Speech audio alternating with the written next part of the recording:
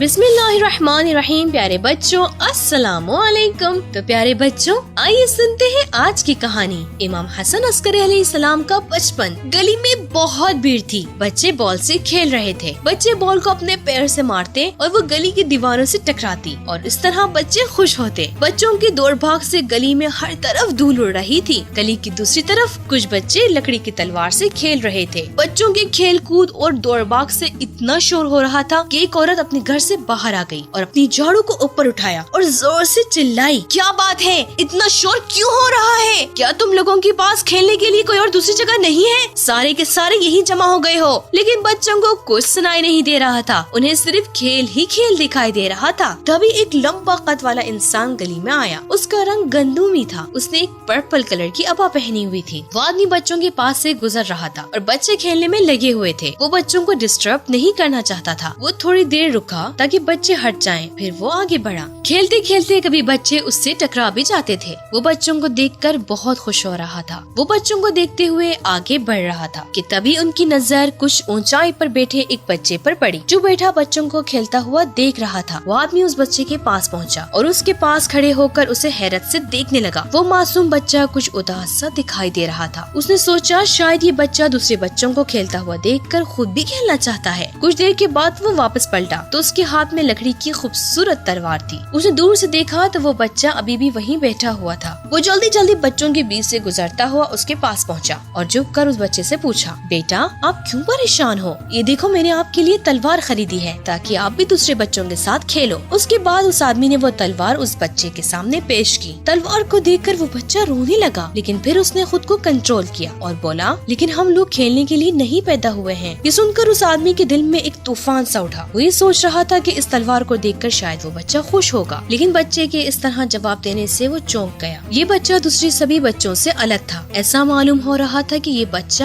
بہت چالاک ہے۔ وہ آدمی اس بچے کے سامنے گھٹنے ٹیک کر بیٹھ گیا اور پوچھا، تو پھر ہم کس لیے پیدا ہوئے ہیں؟ بچے نے جواب دیا، علم اور عبادت کے لیے۔ اس آدمی نے اپنے آئی بروز کو ٹھیک کیا۔ اس بچے کو دیکھ کر کئی بار اس جملے کو دہرایا۔ وہ یہ سن کر حیران اور پریشان ہو گیا کہ یہ بچہ سب کچھ کیسے جانتا ہے۔ پھر تعجب سے پوچھا، آپ یہ سب کیسے جانتے ہو؟ بچے نے اس آدمی کی طرف منہ گھمایا اور بولا، کیا آپ نے قرآن میں نہیں پڑھا کہ خداوند فرماتا ہے، کیا تم نے یہ سوچ رکھا ہے کہ ہم نے تمہیں بیکار کاموں کے لیے پیدا کیا ہے؟ اس بچے کے اس جواب نے اس آدمی کو ہلا کر رکھ دیا تھا۔ وہ بچہ قرآن سے جواب دے رہا تھا۔ اس بچے کا اس طرح سے جواب دینا اس آدمی کے لیے کچھ جانا پہچانا سا تھا، کیونکہ امام علی نقی علیہ السلام بھی اسی لہجے میں بات کیا کرتے تھے۔ جب بھی کوئی مشکل مسائل پیش آتا تھا امام قرآن سے اس کا جواب دیتے تھے۔ وہ دھیرے دھیرے اس بچے کو پہچان رہا تھا اور آخر میں وہ سمجھ گیا کہ یہ بچہ معمولی بچوں کی طرح نہیں ہے، بلکہ یہ پیغمبر کے خاندان کا ہے۔ جی پیارے بچوں، وہ ہمارے 10ویں امام علی نقی علیہ السلام کے بیٹے اور ہمارے 11ویں امام